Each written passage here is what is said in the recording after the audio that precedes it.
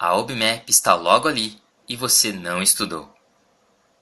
Olá, esse vídeo é para você que não estudou para a prova da OBMAP e está desesperado e não sabe o que fazer. A OBMAP, a Olimpíada Brasileira de Matemática das Escolas Públicas, chegou. E agora? Bom, é bem provável que você esteja um tanto quanto desesperado e não saiba exatamente se vai ou não fazer a prova e talvez você até esteja pensando em desistir e nem ir no dia da prova. Matemática é muito difícil, é muito complexo, eu não gosto, eu não sou bom em fazer contas, é muito complicado, não é para mim e eu não vou fazer a prova. Esse é o pensamento de muita gente, mais do que você imagina. Aqui, em números, temos mais de 18 milhões de alunos que fazem a prova. E desses 18 milhões, mais de 950 mil que são aprovados para a segunda fase. Pois é bem pouco considerando todo mundo que participa. Se você analisar nesse gráfico aí, a fatia verde é a quantidade de alunos que fazem a prova e passam para a segunda fase. Já a fatia em vermelho, que é bem maior, são as pessoas que não passam para a segunda fase. Essa aqui é uma outra tabela também da última OBMAP.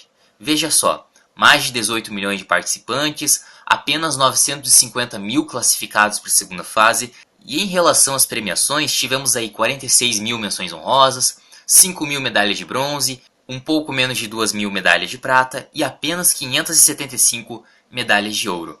Você deve pensar que é muito difícil, que é muito complicado. Você pode até bater o olho na prova e cair em um certo desespero, achando que a prova é muito difícil. Mas eu vou dizer algo que devia ser óbvio, mas é verdade. A prova é difícil para todo mundo. Então não espere que você vai lá e vai acertar todas as 20 questões, que você vai entender todas, que você vai conseguir fazer todas. Tudo bem? Isso é normal, a prova é difícil, a Olimpíada de Matemática ela não é uma prova fácil. E por causa disso, muita gente mesmo ou nem faz a prova ou chuta tudo. Agora eu vou convidar a você a fazer uma pequena simulação. Imagine que todo mundo chute a prova da OBMAP. Consegue imaginar isso? Pois é, você também deve imaginar que algumas pessoas vão acertar mais questões e outras menos questões, certo? E aqui temos uma probabilidade. Como assim? Você percebe que quanto mais à direita nesse gráfico, mais questões a pessoa acertou. E quanto mais alto está a linha, maior é a chance da pessoa acertar aquele número de questões.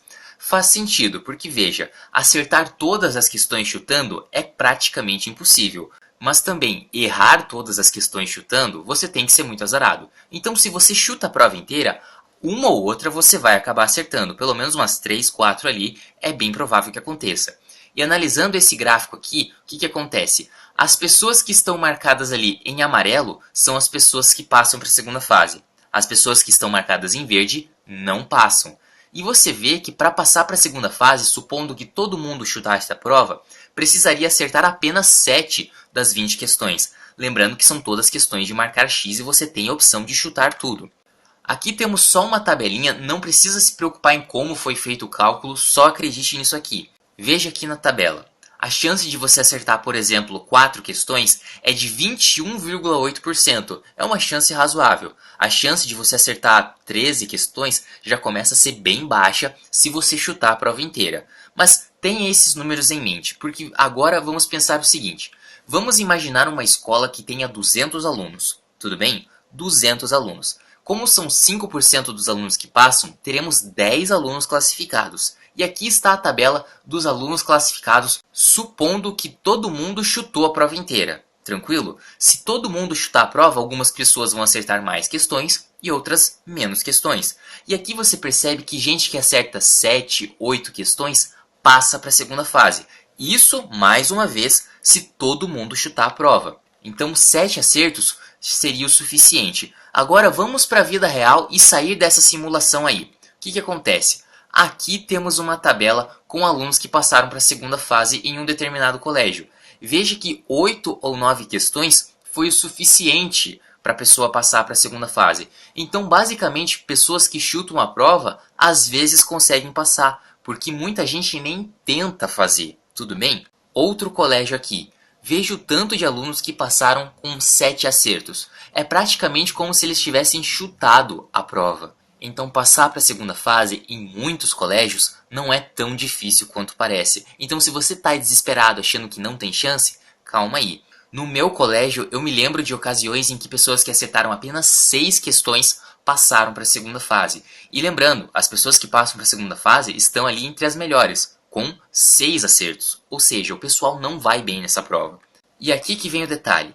Se você chutar a prova inteira da UBMAP, você tem aí 8,6% de chance de acertar pelo menos 7 questões. E como a gente viu, muitas vezes acertar 7 questões é o suficiente para você passar para a segunda fase.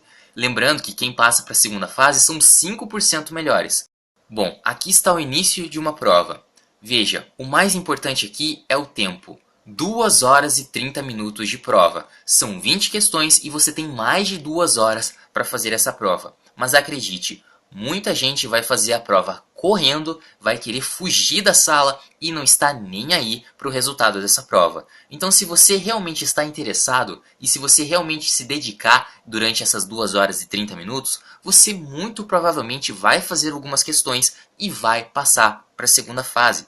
Ah, mas eu não sei, mesmo que eu passe para a segunda fase, como é que eu vou ganhar medalha? Como é que eu vou ganhar uma menção honrosa? Eu não sei matemática. Tudo bem, o pessoal da minha sala pode chutar e eu acabo passando sabendo uma questão ou outra.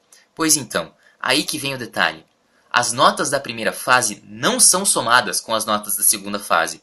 Ou seja, para você ganhar uma medalha ou uma menção honrosa, não depende da primeira fase. Essa primeira fase serve somente para você passar ou não para a segunda. Então, se você acerta 7 questões e passa para a segunda fase, ou acerta 20, dá na mesma, beleza?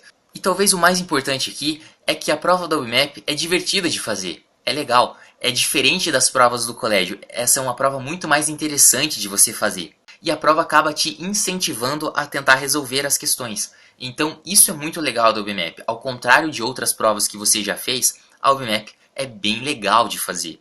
E o que eu posso dizer aqui no final? Vai lá, faz a prova, tenta fazer, porque muita gente vai desistir, muita gente vai fazer a prova apenas chutando tudo sem nem ler. E você, se você tentar, se você se esforçar na hora da prova, e ainda, se você realmente está interessado, você tem muita chance de passar para a segunda fase. E daí na segunda fase, você vai ter bastante tempo para estudar e na hora que chegar a segunda fase você vai estar preparado. É muito comum também as escolas não divulgarem a prova, ou seja, o aluno sabe no dia anterior que vai fazer a prova da UBMAP, e aí fica realmente difícil para estudar. Mas acredite em mim, muita gente mesmo, muitos alunos, eu julgo que a maioria, acaba sabendo dessa prova na véspera, no dia anterior, e aí não tem como estudar. Ou seja, as pessoas vão fazer essa prova e elas geralmente estão despreparadas, e muitas vezes elas acabam nem tentando e até faltando no dia da prova, beleza? Então vai lá, faz essa prova, que quem sabe você passa para a segunda fase, e aí você tem tempo para estudar direitinho e consegue até ganhar uma medalha. Bem, espero que esse vídeo tenha te ajudado, espero que você vá lá fazer a prova, até mesmo você que estava pensando em desistir, certo? Porque é isso que é o interessante, é você participar e dar o seu melhor, tudo bem?